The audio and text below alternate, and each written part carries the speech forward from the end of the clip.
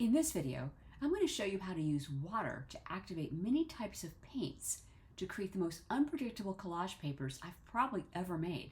I can't wait to show you the result of all this mad experimenting at the very end. Hello, my name is Catherine Rains.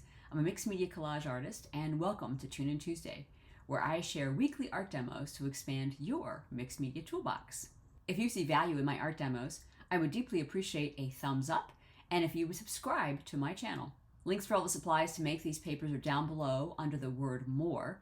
And you might want to also check out my free 5-day online workshop, Collage Kickstart, where I teach you how to use all the collage papers taught during Tune In Tuesday to make fabulous collages the very first try.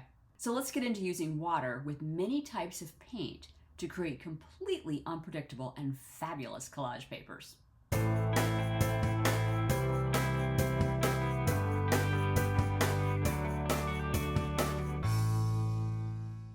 Let's start by talking about supplies to make these papers. I created these papers on 3 different types of paper: mineral paper and yupo paper. Both of these are very similar to each other. This is tear and water resistant. This one's waterproof and tear proof. So this one's just a little more sturdy, but they both work the same in my experience. I also did it on watercolor paper, which I loved. This is 140 pound. You could also do it on 300 pound. My guess is you could also do it on any heavyweight paper that's some 140 pound or over. I just didn't try it on other kinds of heavyweight paper. I love doing it on watercolor because you can tear this. Whereas on both of these, to put these into my collage, I'm going to have to make cuts with the scissors, which is fine too. I just have a preference for doing a natural tear when I'm using papers in my collage. However, I'm going to use these papers, all 3 of them, because they're absolutely gorgeous. As far as paints to use for this technique, I originally started with watercolor paints because that's what I'm seeing a lot of artists on Instagram use. They put down a little bit of this watercolor ink and add water to it. They get beautiful washes on their papers. But then I started thinking, why couldn't I use other kinds of media that would create some kind of wash when you added water to it? So I started adding high flow acrylics, which worked gorgeous. Acrylic ink, also great. Bombay inks, or actually any kind of inks. I'm sure alcohol ink would probably work for this too. I just didn't try that. And Parker ink, which is beautiful. These will all be linked under more under the video itself. Then I started thinking, why not use my Nova acrylic paints? So these are my paints in my color palette, which is phthalo green, blue shade, Hansa yellow light. I added some white. I also used quite a bit of iridescent gold to add a little bit of pop. By the way, my watercolors are also in my palette. So I've got the phthalo blue, the yellow, and the quin magenta. So I wanted to have all of my papers that I made for this be able to go together with the other types of papers that I've made during previous weeks. If you have a eyedropper and or a pipette, this is very useful because you can actually pick up extra water as you go and create different kinds of designs using these. You also want some kind of large paintbrush. I believe these are called, I probably am going to pronounce this wrong, haiku, but they're often done with watercolors and also with encaustics. These are just fabulous for creating the washes we're about to do. This is a chip brush. If you've taken my collage kickstart, I actually use a brush like this to create some wild big circles, but that works well. And then I just have a nice big paintbrush that I got from the paint store. I used all of these. And a palette knife of any kind, particularly if it has a bent edge like that, so it's easier to move the paints across the paper, which will make sense as soon as we get started. So this first one was done on watercolor paper, 140 pound, and I was using a palette knife to just drag the watercolors across the page. This is something I had seen done on Instagram quite a few times, so I kept watching videos to see how are they doing this. And it turns out I really don't have enough paint here. I'll need to add some more paint as I go. But the main intention here is to activate the watercolor that I put down there with some water using this very wide watercolor brush. I believe it's called a haiku, probably pronouncing that wrong. I'm just going to activate it with water, and it just creates this magical watery effect with the watercolors. So this is the first one out of all the papers I made. So it's kind of figuring it out as I go. So you're coming along with me as I figure it out. And I realize you need a lot more watercolor down here in order to create the effect I want. So, the goal here with making these papers, as well as all the collage papers I make for Tune In Tuesday, are to experiment and play. You know, I don't necessarily know how to do what I'm doing, but I do by the end because I keep experimenting and see, what do I like? What do I not like? And eventually I get an effect that I absolutely adore. So then I just start scratching into the watercolor using my pipette, which I think is a very, very cool effect. You know, this is all an experiment from beginning to end. You know, you keep playing until you get the effect that you like. I'm going to put this aside to dry, and here it is dried. This probably took, I don't know, maybe an hour to dry. It was pretty fast. The next one I'm making is actually with mineral paper. And I've placed the paper on an MDF board only because this is going to get so watery that it's going to be very hard for me to lift that paper and not move everything and ruin my design. Now I'm putting on a Parker ink, and there'll be a link to this ink at the bottom of the video. And I'm just going to use an eyedropper to just drop it on. Now that bottom layer of light blue you see, that's actually just my dirty water that I painted on there, which I think is kind of an interesting bottom layer. So when I put these little drops down, I'm thinking, oh, this might be really cool. But this isn't the end. This isn't even close to what it's going to look like in the end. I was hoping that these dots would actually stay the way they are. So I tried blowing them a little bit to see if I could get them to move because I wasn't really liking the dots the way they were. Didn't really like this. I'm using the end of my palette knife to create some little designs, and nothing is really making me happy with this one. It's really a matter of, can I keep playing to the point where I can actually like this?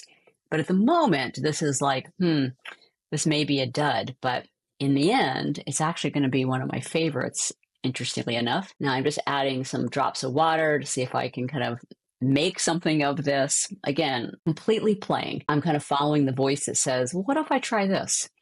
And that's usually a cue of where I need to go. Now you're seeing a white ring right in the middle of that screen. That's just the light from above. It's reflecting the water. And I eventually turn that off because it's very distracting. You can't see the actual design.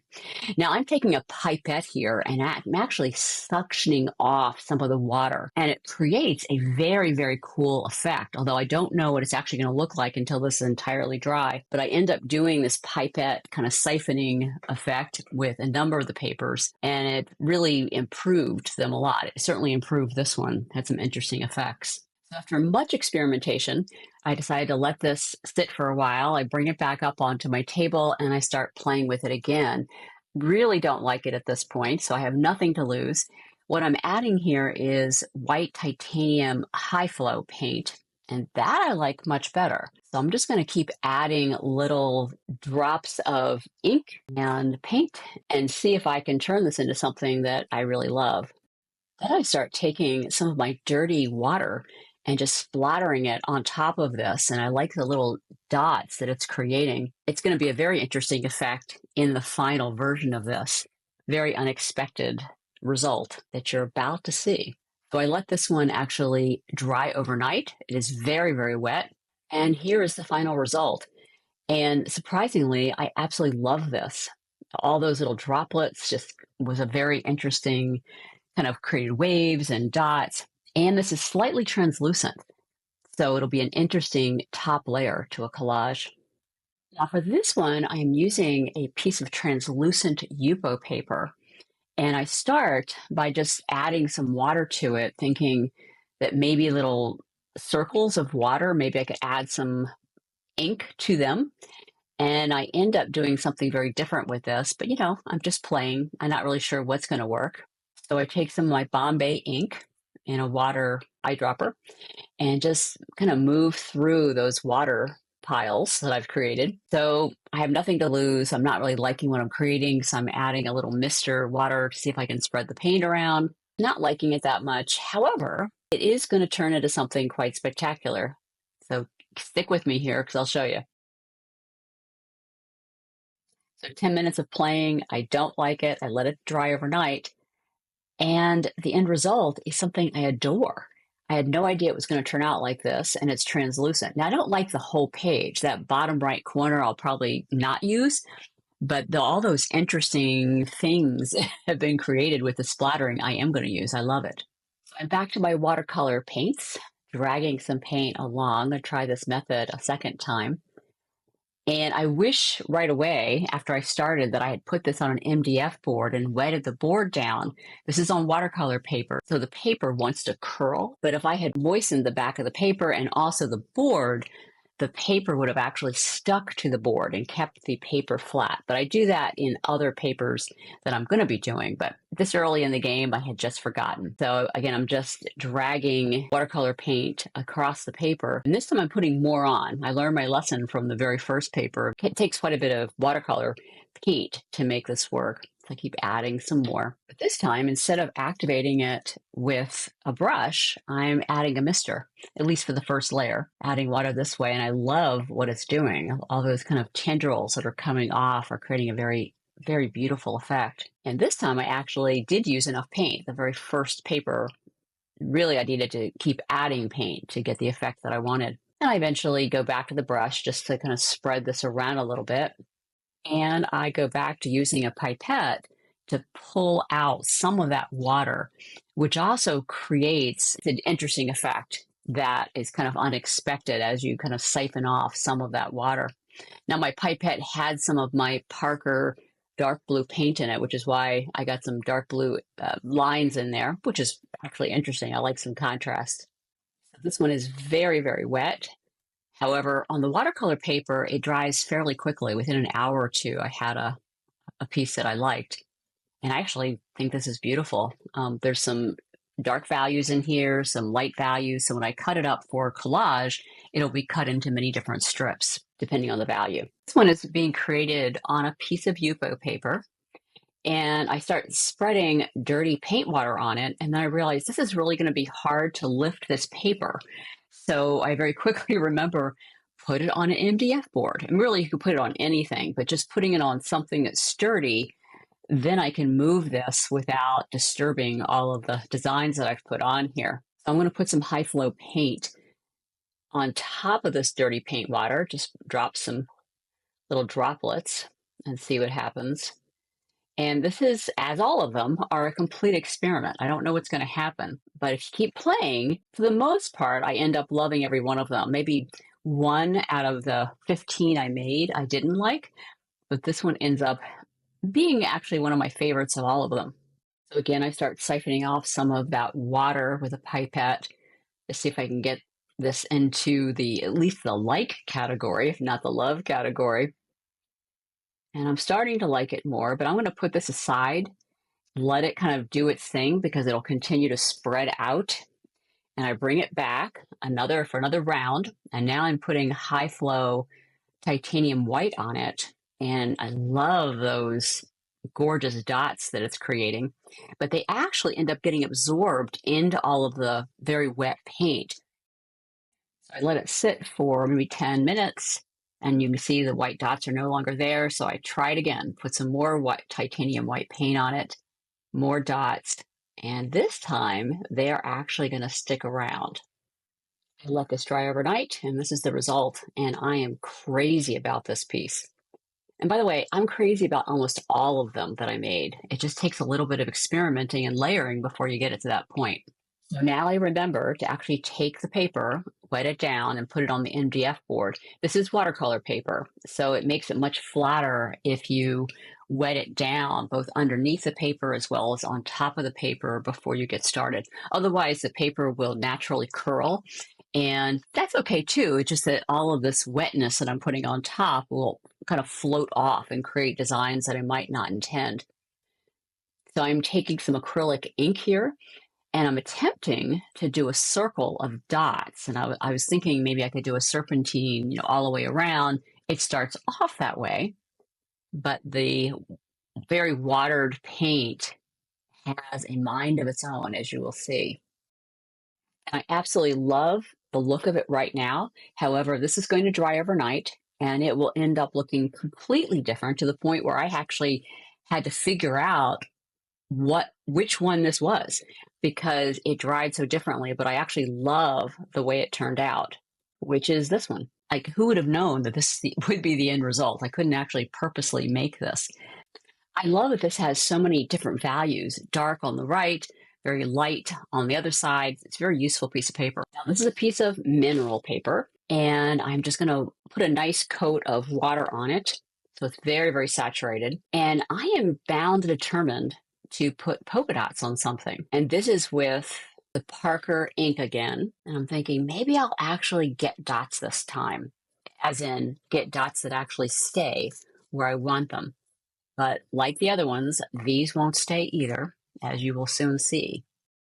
So as they start running, I realize this is not going to work. So I take a mister, see if I can just spread them out a little bit. Still don't like it.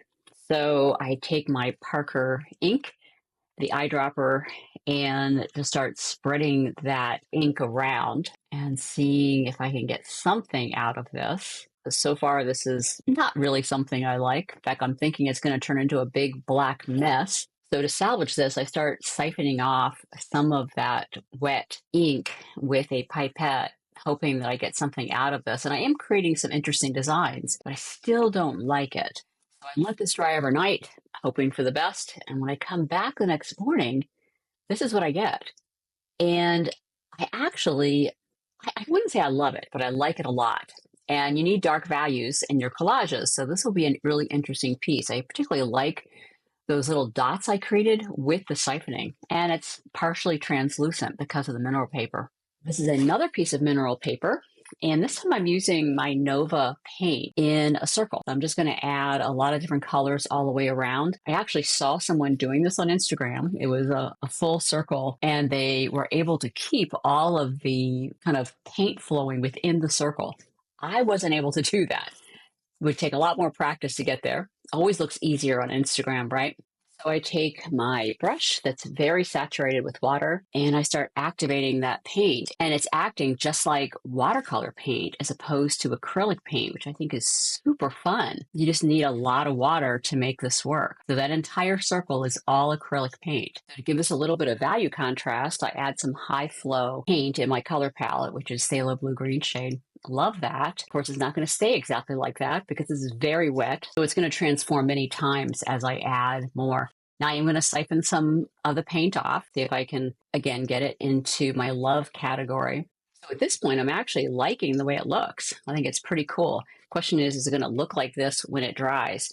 I do put it aside overnight, and when I come back the next morning, this is what I get, and I'm completely and totally in love. So many interesting things happening with this one, and it's a very usable piece. And again, because this is mineral paper, very hard to tear, I will use a scissors to actually cut this to create little pieces out of it to put in my collage.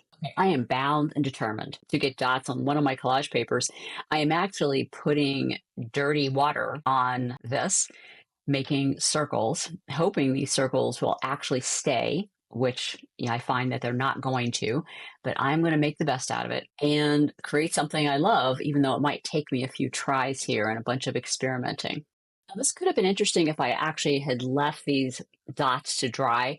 They probably would have dried just where they are, but I decide to not leave well enough alone, and I take some Bombay black ink in my pipette and just draw through it. It's interesting. I kind of wish I had left those dots, though, by the time I finish drawing here. So in the end, what I did was I took a tissue paper and just placed it on top of it to soak up some of that paint. And the end result is actually something I fell in love with. So at this point, as you see me doing this, I'm not liking this at all, but I will like it. And this is the end result. Who knew? Again, this is mineral paper, so it's slightly translucent. And this neutral paper will be so effective as kind of like a balancer to all the colors when I make a collage. So this is actually one of my faves. So for the next one, I'm just going to spread out some of my watercolor paint, and I'm going to use a credit card to spread it on my watercolor paper as opposed to using the palette knife. Same idea,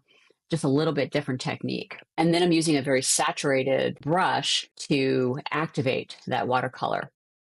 And you're seeing me hold down the watercolor paper here because I forgot to actually wet the paper underneath and on top before I started. So the paper is curling, which means that the paint is actually going to run off if I don't hold that paper down. Gotta remember to wet the paper before I start this process, which, by the way, is only necessary with the watercolor paper. The mineral and the yupo paper naturally sit flat. I don't have to water it down first. And this is the end result. This dried very quickly because it was on watercolor paper. And I really like this because it's a very light value paper for the most part. So it'll give me a lot of contrast when I place it next to darker papers. So one more attempt at getting some dots on the paper. This time I am smart and I wet the paper down first with water on both sides so the paper will be flatter as I do this. And because the paper is already saturated with the water I placed on it to flatten the watercolor paper, I don't need to add any more water to it. I'm just going to add this acrylic paint to it. And let's see if these dots stay where they're supposed to stay, at least where I think they're going to go. I love what it looks like right now, but this is a very unpredictable process. You don't know what's going to happen in the end. At this moment, I'm loving it. The paint is moving around so much, I decided to move it around more with a mister, because the dots are probably not going to stay where I intended them to go. And they didn't. So when they dried overnight, this is what I got. But I actually love this. This is a beautiful light value. It's going to be very useful in collage. One last attempt to get a circle. So I'm taking leftover watercolor paint from a previous paper, just turning it into a circle. Now the paper is already wet because I took the watercolor paper and wetted it down so it would stick to the board. So I'm already getting some activation, which is pretty cool. Most of this is not what I planned. Actually, almost all of it's not what I planned. It kind of has a mind of its own, which is what I find so fun about this, is because you kind of let the paint do the work. And I just keep following that kind of inner voice that says, try this. How about that? I actually added both acrylic and watercolor paint to this. This is gold iridescent paint, which I absolutely adore. And now I'm going to activate it with a very saturated brush and see what happens. Again, I'm going to siphon off some of that extra water to see if I can get an effect I like. It seems a little saturated, although I think the waviness of all the water there is absolutely gorgeous. I let this dry overnight, and this is what I came back to the next morning. Just gorgeous. I love all that gold iridescent. So beautiful. And that's a wrap for another Tune In Tuesday. I hope that you enjoy making these as much as I completely adored making them. In fact, I want to go back and make another mess because these are just scrumptious to make. And they're very useful in a collage. So this is the 4th out of 5 different kinds of collage papers that I'll be making in a row. And then once I make the 5th one, I will actually show you how to bring 5 different types of collage papers together into a single collage. So this is 4 out of 5. I've got one more to make, and I believe that will be a glue resist paper. And then we will pull them all together, and I'll show you how I actually would use these papers. But this collection is a complete winner for me. Thank you for joining me for creating water paint flow papers. It's the only thing I could figure out what to call this.